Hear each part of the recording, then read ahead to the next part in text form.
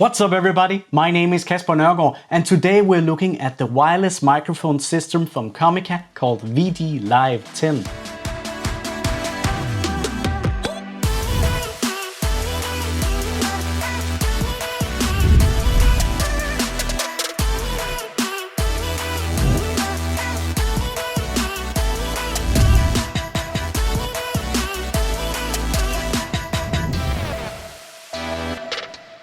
Comica chose me for their reviewer program, so they did send this product to me for free, but they are not affecting me in any way. The price of this product was found between 179 to 200 euros.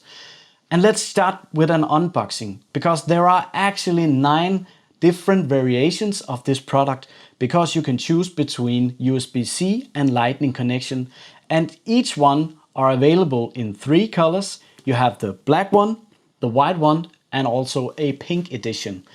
I chose the white edition with the Lightning connection to connect with my iPhone. So let's see what's in the box.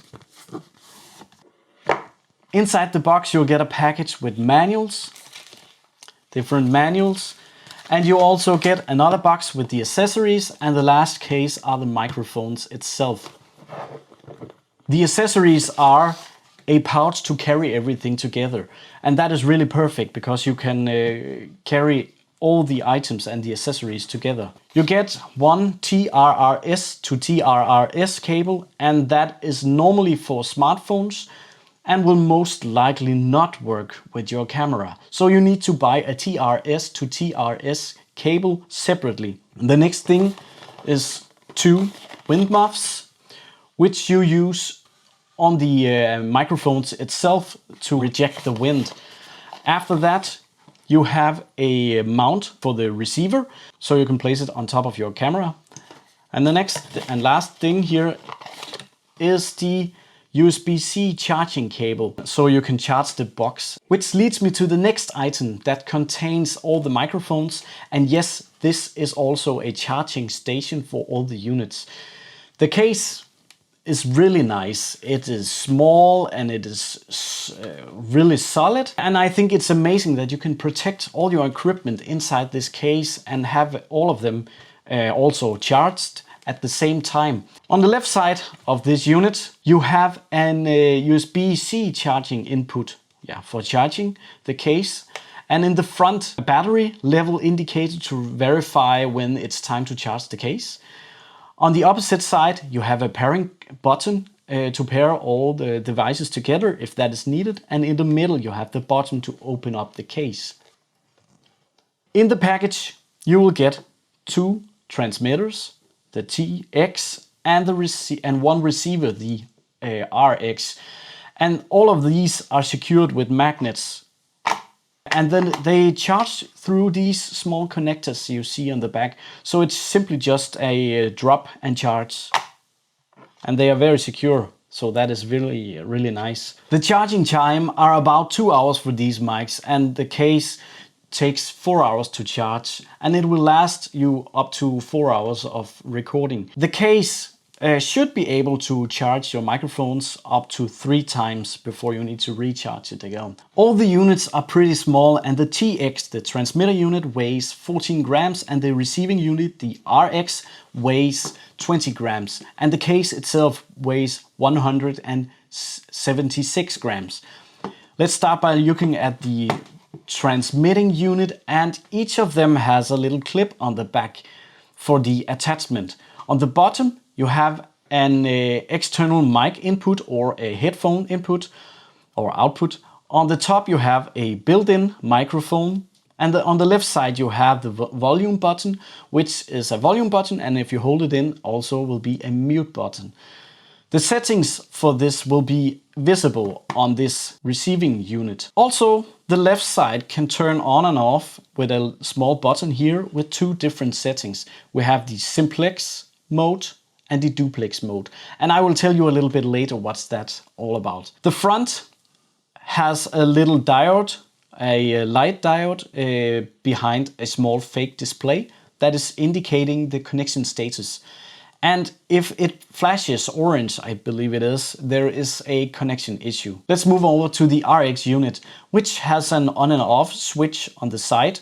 It has a stereo and mono button, a audio output on the bottom, and a USB-C or lightning cable connection here, which connects to your smartphones and other devices. On the front you have a big display which shows if the RX are in mono or stereo mode. It shows how the connections is between the microphones and also the battery level indicator. And when turned on, you can see the nice part is that each microphone are split into its own track when using stereo mode. So you get one microphone on the left channel and one microphone on the right channel. And thereby you are able to adjust the volume or correct the equalizing settings separately in post.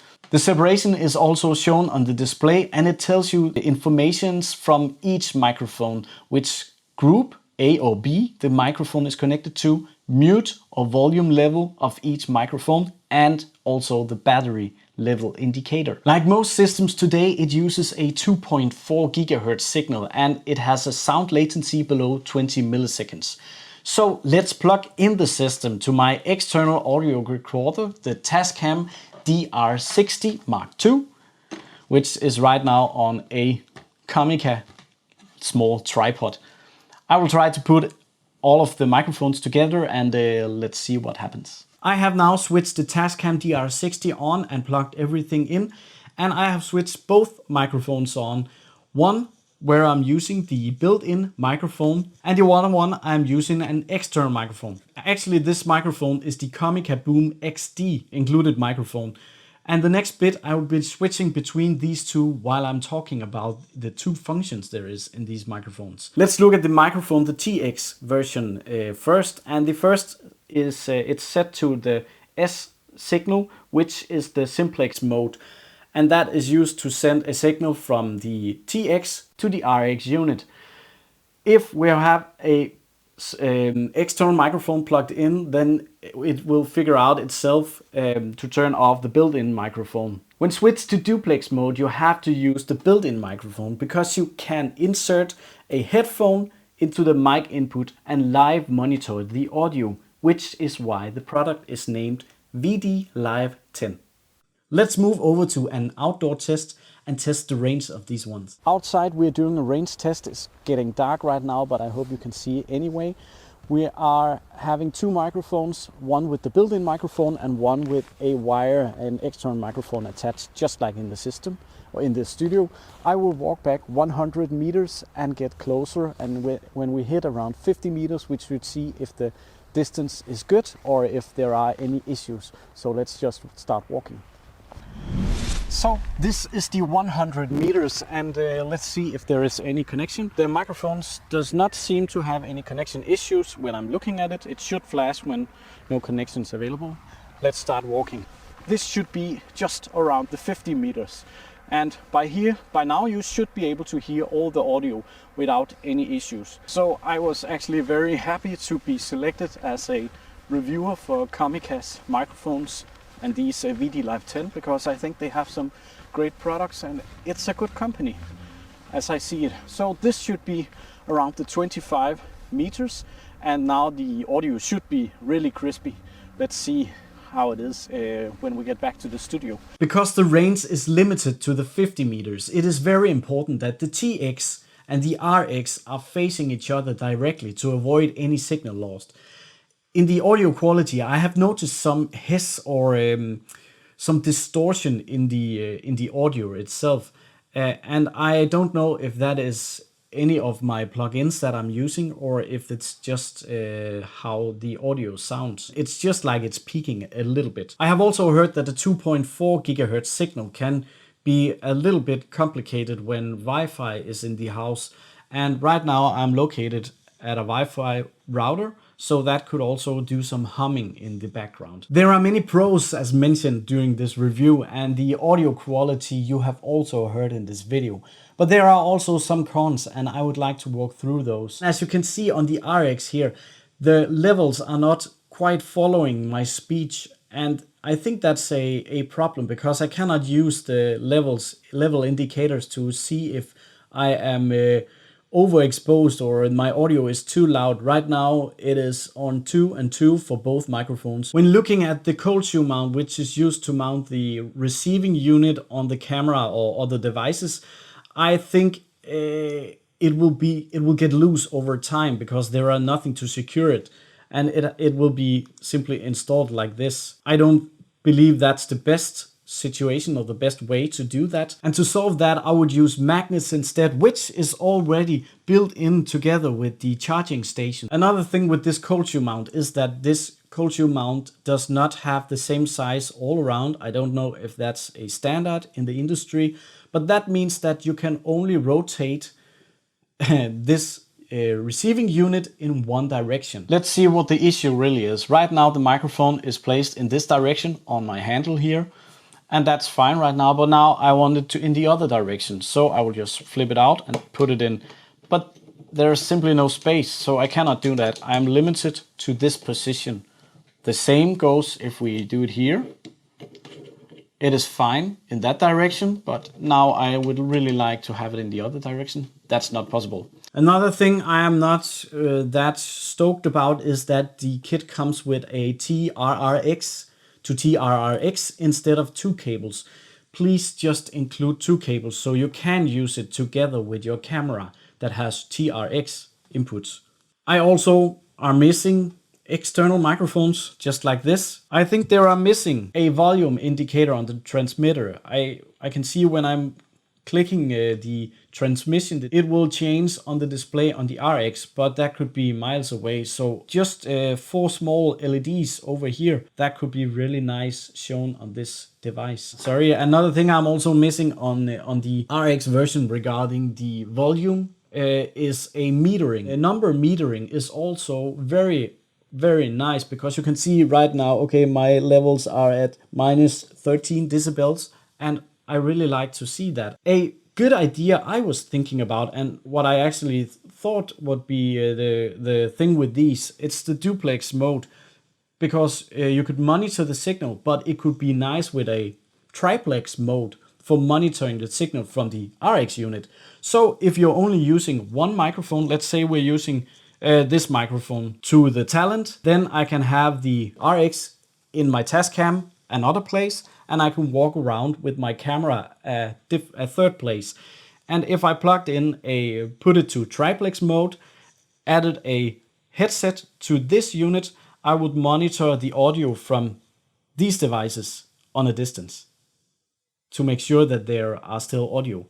That could be a nice feature when we have these triplex and duplex modes. So just a thought for you. I think it's really great that Comica are including these wind muffs. It has a rubber part over here, and you simply just put it on top of your microphone and it's attached. It will not go anywhere. So that is really easy and really nice. Just to do a short little test, I added the RX unit into the GH5 I have right here directly instead of through the Tascam. Just to see if there is still some crunch. I have the same settings. I have the setting at 2 and 2, and still with the left signal on this mic and the right signal this mic. So this is just a simple sound test, and also let's just get a noise floor without any sound or any speaking at all. Some of the cons were cons, and some of them were good ideas how to update or how to keep improving for you, Comica. But thank you for watching this review of the Comica VDLive10 wireless microphone system. Please leave a comment down below, hit me with a like button and subscribe to me, and I will see you in the future.